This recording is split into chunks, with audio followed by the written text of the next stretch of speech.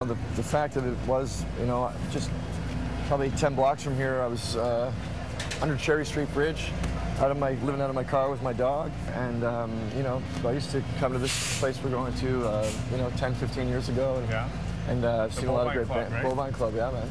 I've seen a lot of great bands here, and used to come in and it'd be just jam packed, and it was just sort of a street vibe. You know what I mean? Thanks, bud.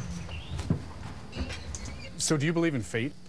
Success is a preparedness of opportunity. I believe that luck, favors the prepared, and you have to be prepared to put your money where your mouth is, and that's really what this business boils down to. Is, you say you're going to do something, you do it. If these walls could talk, what would they tell me about you when you were here? If these walls could talk, they'd probably tell you that they found a scared young kid, at the lowest point of his life, dredging himself through through this floor here and back and forth, and trying desperately to fit into something.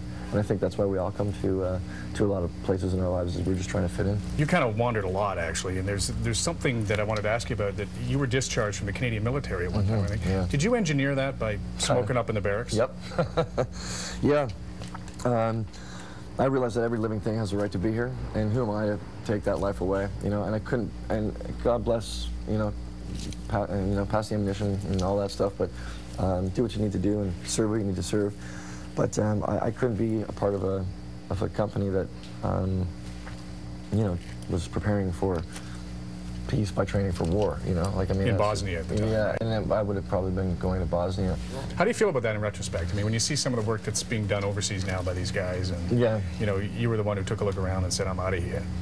Yeah, I don't feel like it was, sort of like I'm an out of here situation.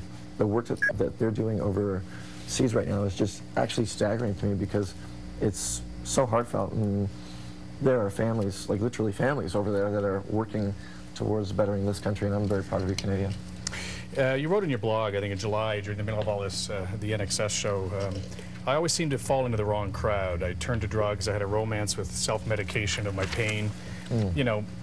There are probably those who assume that, someone who's done drugs, been tempted by drugs in the past, given the enormous pressure that you're under right now, that you would turn to them to cope.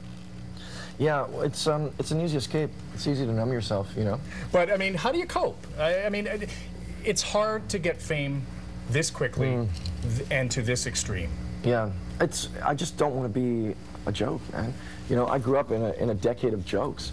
We had, I'm not going to say any artists' names, but we had a decade of jokes. You have a tattoo that says human being on it. Something to do with your granddad, right? Yeah, actually. Is that what sort of guides you? How important is that to you? That's probably the most. That was the apex of my changing of my whole karmic existence. That's a big sentence.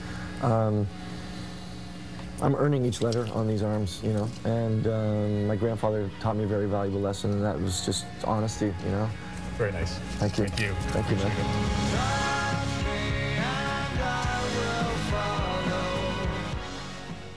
And Inxs is back on the road, appearing in London, Ontario tonight.